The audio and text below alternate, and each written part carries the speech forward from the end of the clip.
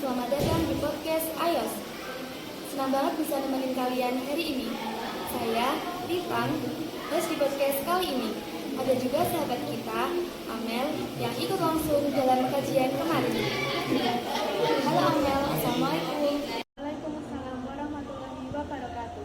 Hai semuanya, senang bisa nemenin kalian dalam beberapa waktu ke depan. Nah Amel, dengar-dengar kemarin kan ada kajian Jumat rutin di lapangan SMK Negeri 2 Magelang. Kira-kira gimana tuh suasananya? Asik banget, siswa-siswi di sana kelihatan excited pas dengerin kajiannya. Aku penasaran banget nih, katanya kajian kemarin membahas tentang membangun kedekatan dengan Allah ya. Gimana sih maksudnya? Ya, jadi gini nih teman-teman, kata Ustazah Mungkin, kalau kita merasa jadi kekasih Allah, pasti di hati kita ada rasa cinta. Dan cinta itu artinya kita bakal nurut, patuh, dan ngelakuin semua perintah Allah dengan ikhlas tentunya. Wah, berarti cinta sama Allah itu gak cuma perasaan ya, tapi juga dibuktikan lewat perbuatan. Dan untuk bisa cinta, kita harus mulai dari mengenal diri sendiri. Mengenal diri, maksudnya gimana tuh? Jadi dalam diri kita ada 3 unsur. Yang pertama raga, ruh, dan nafsu. Nah, yang pertama diciptakan itu kan ruh, jauh sebelum jasad manusia. Bahkan semua ruh itu diciptakan dari 2000 tahun sebelum Nabi Adam alaihissalam. Jadi ruh kita tuh sebenarnya lebih tua dari tubuh kita ya? Betul, dan ruh kita ditiupkan kepada kita saat kita masih berbentuk janin. Tepatnya saat usia kandungan kita 4 bulan 10 hari. Dari situ hidup kita dimulai.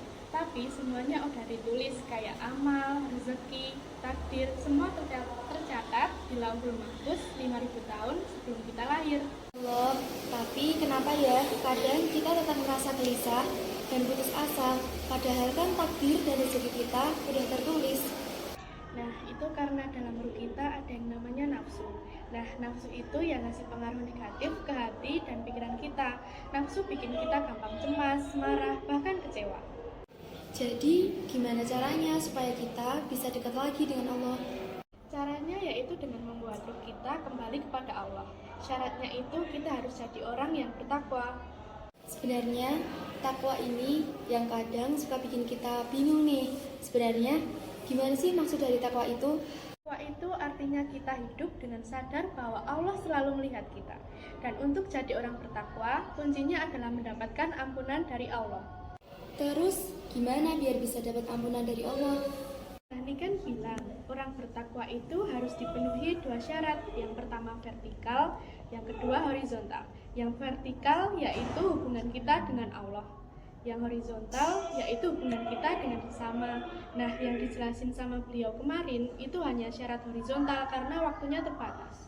Boleh dong dijelasin apa aja syarat horizontal itu? Syarat horizontal ada 4 nih teman-teman, yaitu suka berbagi, bisa menahan amarah, memaafkan orang lain, selalu berbuat baik.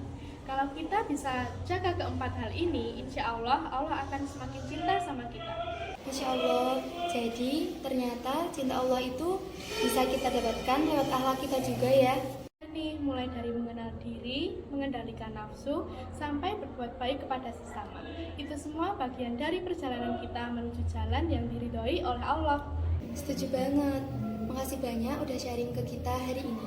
Semoga obrolan ini bermanfaat buat teman-teman semua dan bisa jadi langkah awal kita buat makin dekat dengan Allah Subhanahu wa Ta'ala. Amin. Terima kasih juga buat teman-teman yang udah dengerin sampai akhir. Sebelum kita akhiri, kita yel-yel dulu yuk. Rohis Kanida, kami aktivis, bukan teroris, berbeda untuk satu, bersatu untuk maju. Rohis Kanida, Allahu Akbar. SMK bisa, SMK hebat, SMK Negeri 2 unggul dan juara. Assalamualaikum warahmatullahi wabarakatuh.